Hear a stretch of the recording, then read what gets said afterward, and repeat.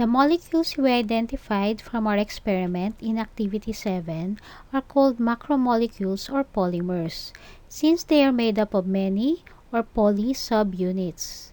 Before we discuss the different types of organic molecules, we need to understand first how polymers are formed and broken down.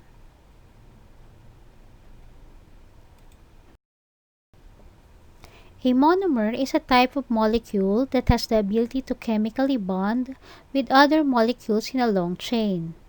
A polymer is a chain of an unspecified number of monomers. Essentially, monomers are the building blocks of polymers, which are more complex types of molecules. Monomers, or repeating molecular units, are connected into polymers by covalent bonds.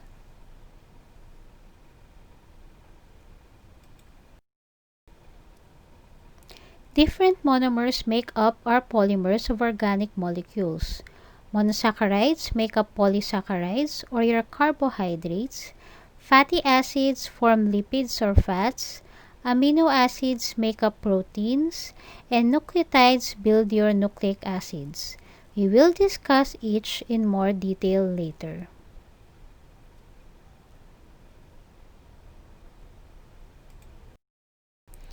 To explain further how polymers are formed, let us look at this slide. How can you combine these two monomers? To combine these two, the OH end of one monomer will be removed as well as the H end of the other monomer. What did we form aside from the polymer? Using the OH and H we remove, we form water. Though the real process or chemical reaction of creating a polymer is not as easy as seen in this slide, it does involve the removal or formation of water, also known as dehydration. It is also called a condensation reaction since two molecules are condensed into one. This process is also referred to polymer synthesis or polymerization.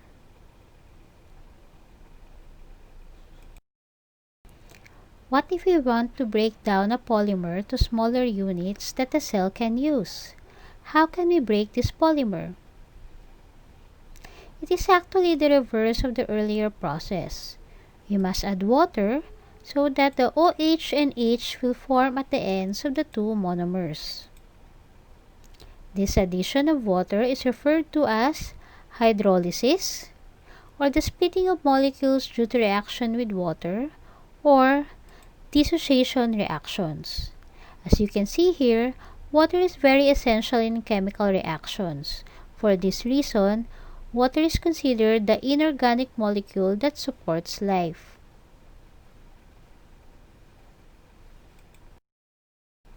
These same processes are seen in the different types of organic molecules, such as carbohydrates, lipids or fats,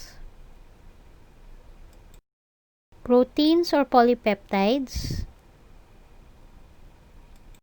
and nucleic acids.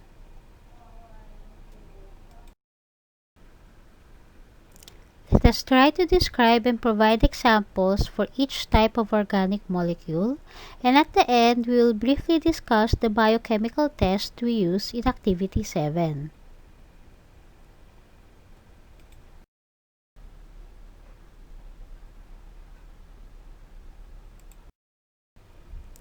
Carbohydrates are commonly known as sugars.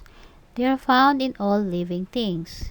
Typically, carbohydrate molecules are strings of carbon atoms to which atoms of hydrogen and oxygen are often attached.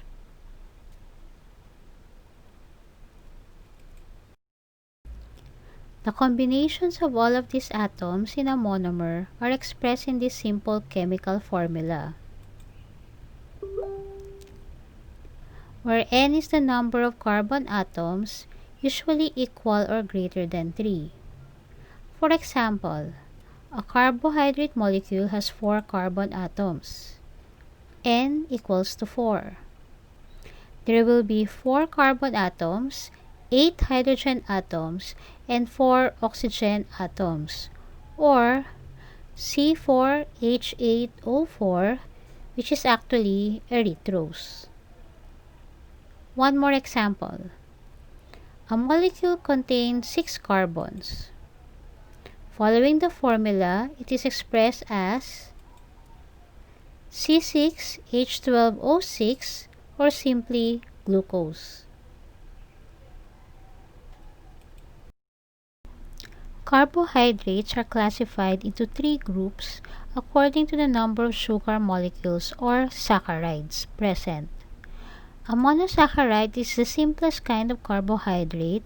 It is a single sugar molecule. Two of the most common monosaccharides are glucose and fructose. Glucose is the primary form of sugar stored in the human body for energy. Fructose is the main sugar found in most fruits and in your soda drinks. Both glucose and fructose have the same chemical formula, C6H12O6, however, they have different structures as shown. A disaccharide consists of 2 linked sugar molecules. Glucose and fructose, for example, link to form sucrose, which is your table sugar.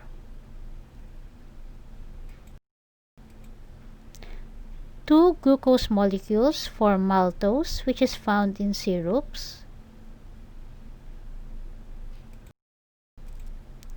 Glucose and galactose molecules form lactose, which is found in your milk and other dairy products.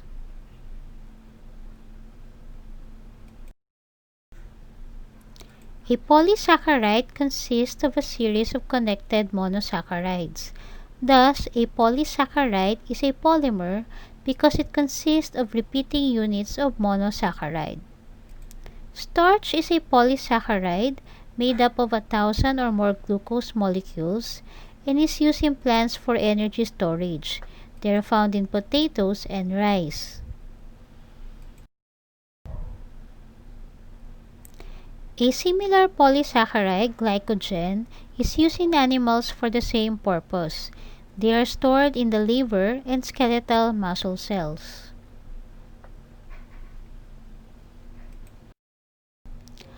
Carbohydrates are among the most important compounds for living things.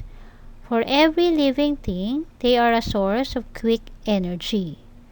In addition to their nutritional value, carbohydrates are also important as structural elements of cells. For example, the polysaccharide cellulose is a major component of the cell walls of plants.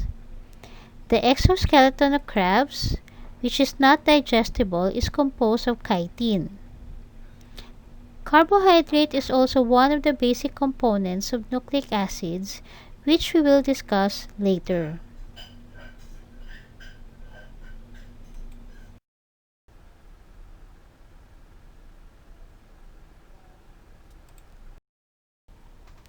The next type of organic molecule are lipids. Technically, fats are lipids. Now, there is a misconception that all fats are unhealthy, which we will clarify later.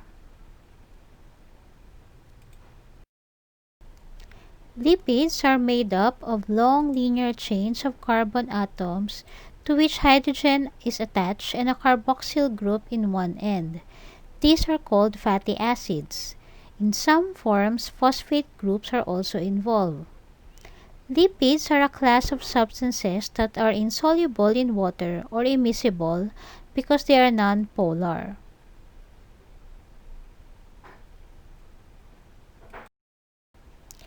There are 3 major groups of lipids: triglycerides, phospholipids, and steroids.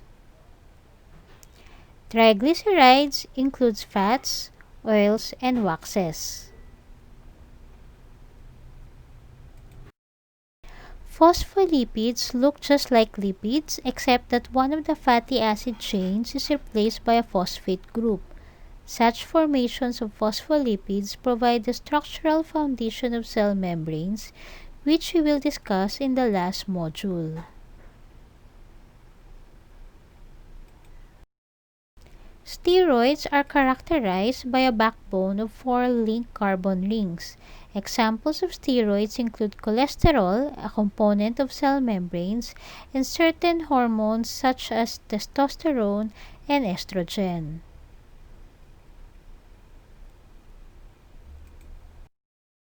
Some examples of foods that contain fats are butter, oil, oil-based products, nuts, meat, fish, and some dairy products.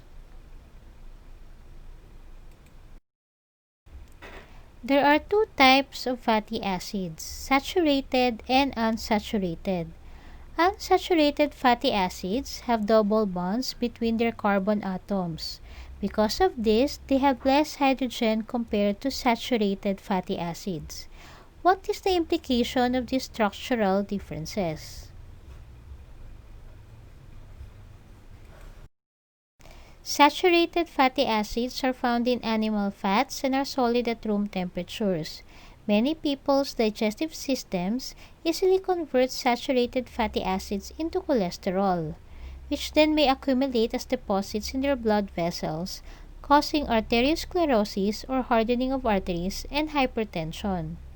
In contrast, unsaturated fatty acids are found in plants, are liquid at room temperature, and are harder for most people to convert into cholesterol. Saturated and unsaturated fats are found in different amounts in different foods.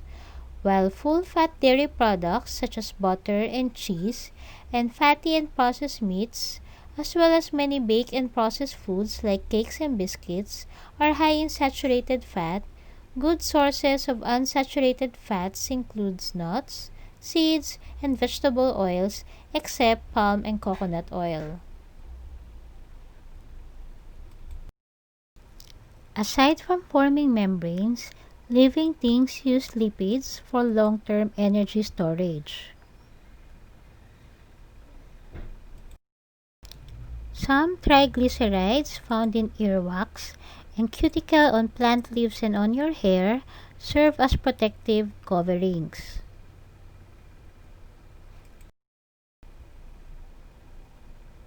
Blubber is an insulating thick layer of fat under the skin that also acts like a natural sweater for animals living in cold environments.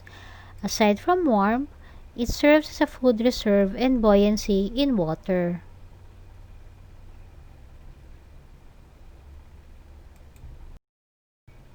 I know there's too much information already. Pause this video and take a break before you proceed to the next organic molecule.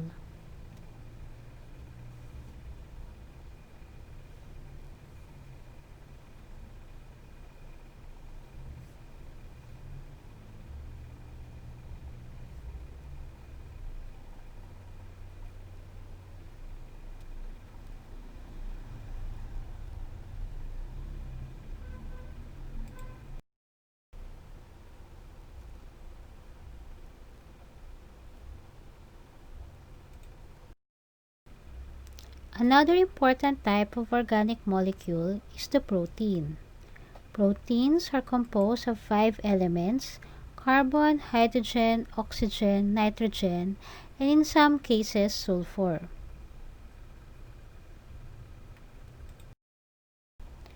Proteins represent a class of molecules that have varied functions.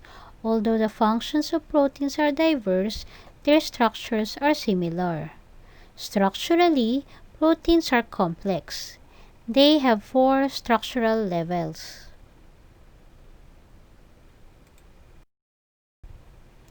The building blocks of proteins are amino acids. Within a protein, multiple amino acids are linked together by peptide bonds, thereby forming a long chain. The linear sequence of amino acids within a protein is considered the primary structure of the protein.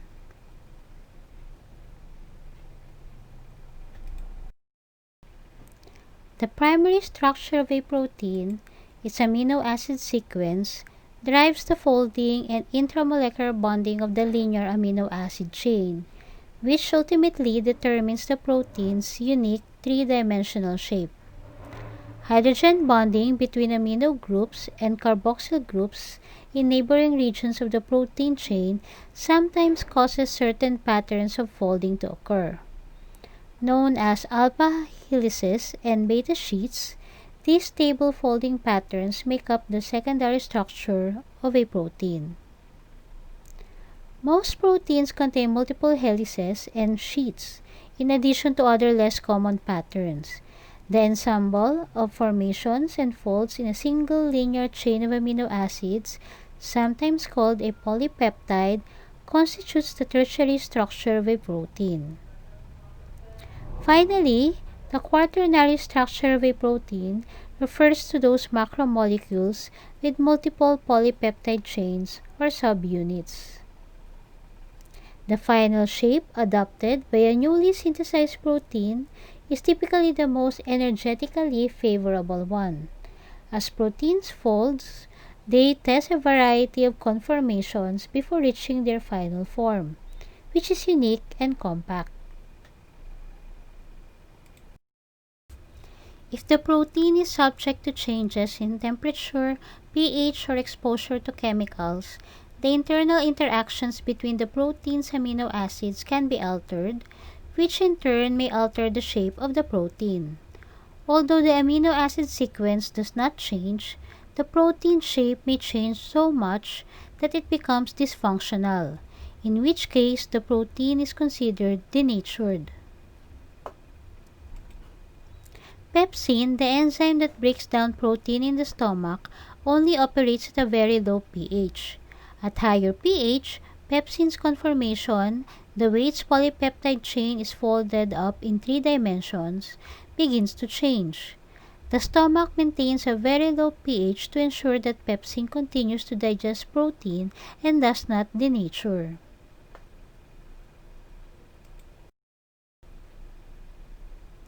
Most animal sources of protein, such as meat, poultry, fish, eggs, and dairy, deliver all the amino acids your body needs, while plant-based protein sources are grains, beans, vegetables, and nuts.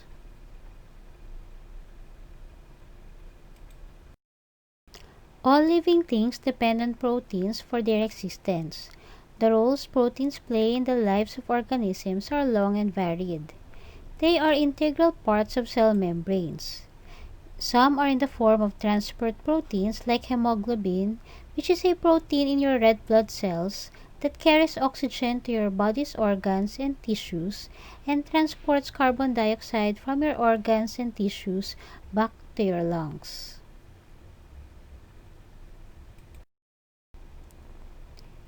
They are involved in movement with the muscle fibers containing actin and myosin.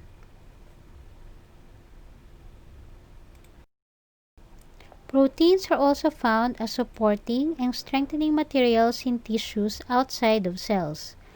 Bone, cartilage, tendons, and ligaments are all composed of proteins. Outer covering, such as the skin, contains the collagen protein, while your hair and nails have keratin.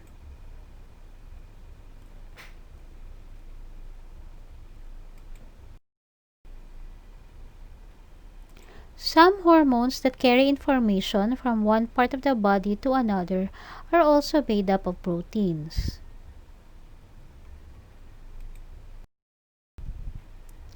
Your immune system produces proteins in the form of antibodies.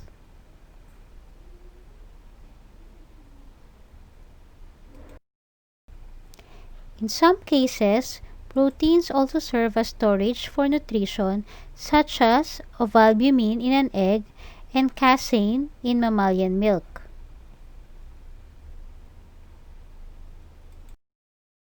One essential function of protein is as an enzyme. Enzymes catalyze the chemical reactions that take place within cells. They are not used up in a reaction, rather they remain available to catalyze succeeding reactions.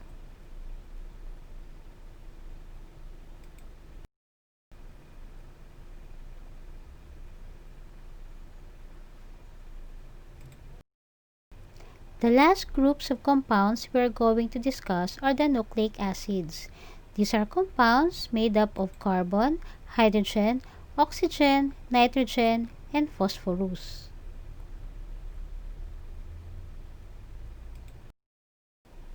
Nucleic acids, which are composed of nucleotides, are very large and complex organic molecules that contain the genetic code for that organism.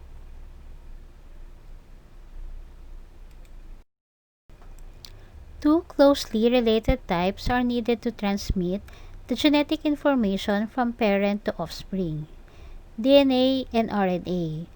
Not surprisingly, they also share structural similarities. Both DNA, deoxyribonucleic acid, and RNA, ribonucleic acid, are polymers of individual nucleotides.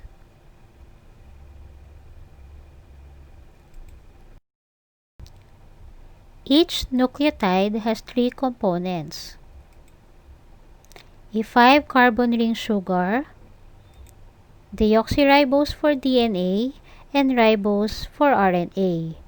Deoxy means it has one less oxygen compared to ribose.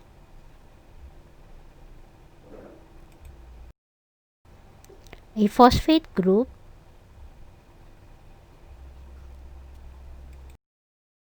both DNA and RNA have 4 nitrogen bases available to construct nucleotides.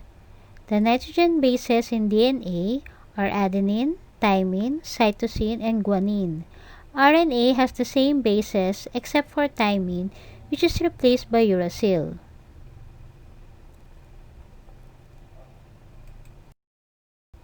Take note of the other differences and similarities between the two nucleic acids.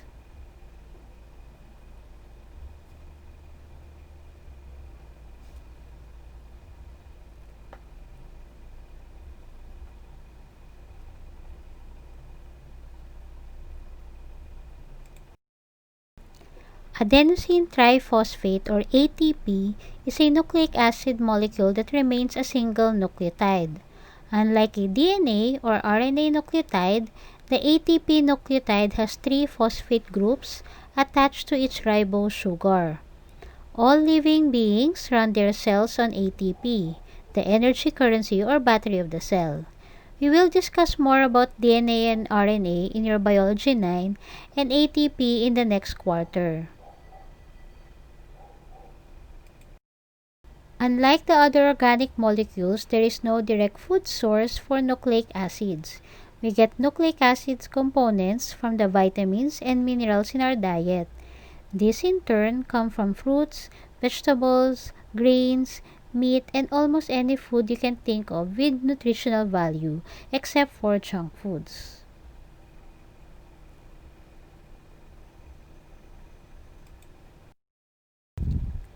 In Activity 7, we use some tests to determine the organic molecules present in certain food samples.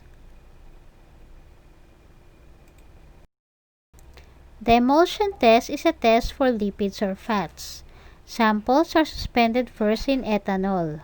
Since lipids and ethanol are both organic substances, lipids are soluble in alcohol. Lipids are extracted and dissolved in alcohol. Ethanol and water is both polar, thus ethanol is miscible with water. But lipid is not. Lipid is less dense than water, thus it forms a cloudy layer or droplets of fats or emulsion on top. Ethanol acted as the emulsifier. As seen in the table, aside from oil, cheese and albumin or egg white also contains fats. In some cases, like in our activity, milk and meat were also positive for fats since the milk used was not non-fat, and some fats can still be seen in the raw meat.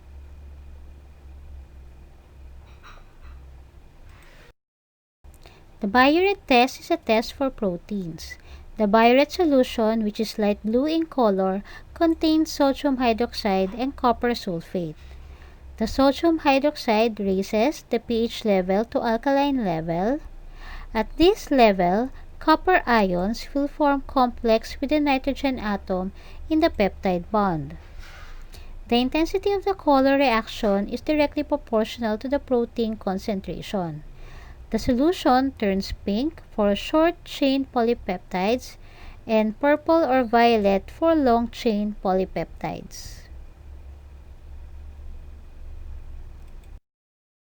Looking at this table, these are the food samples that contain proteins.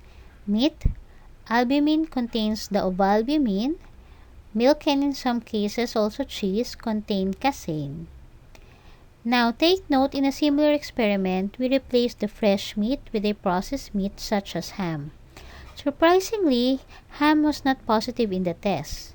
It doesn't mean it has no protein.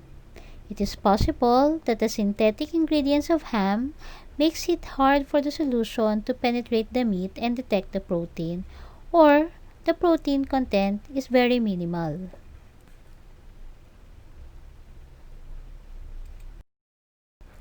IKI, or iodine potassium iodide test, detects polysaccharides such as starch. Iodine, which is yellowish brown, reacts with the helical structure of starch and glycogen, turning the solution into dark blue or black in color in the presence of starch, and red or brown in the presence of glycogen. In this table, food samples used in our activity that contain polysaccharides are bread, rice, potato, and juice. Take note that the juice used in this activity is a fresh fruit juice. Most processed or powdered fruit juices do not contain polysaccharides.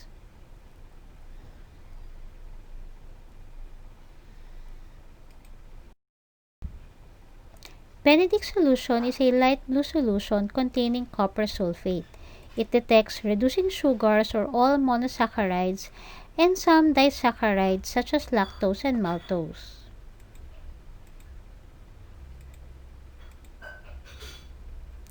After the Benedict solution is added to the samples are placed in a boiling water bath.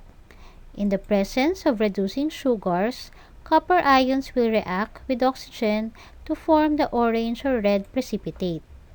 The color intensity reflects the concentration of reducing sugars.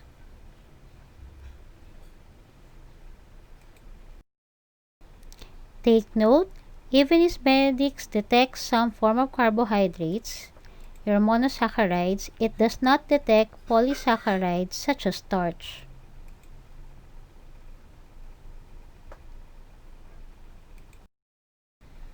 In this table, bread, milk, and juice are positive for this test. There are also traces of monosaccharides in cheese and potato. Now look at your Coke samples. We expect to see a positive reaction in regular Coke since it contains fructose.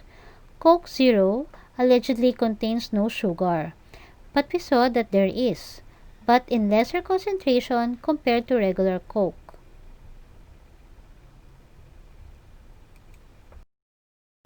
If we recall, we also included water as a sample in our activity. It gave negative results for all tests. Why? Remember from our previous lesson, water is an inorganic molecule, not an organic molecule.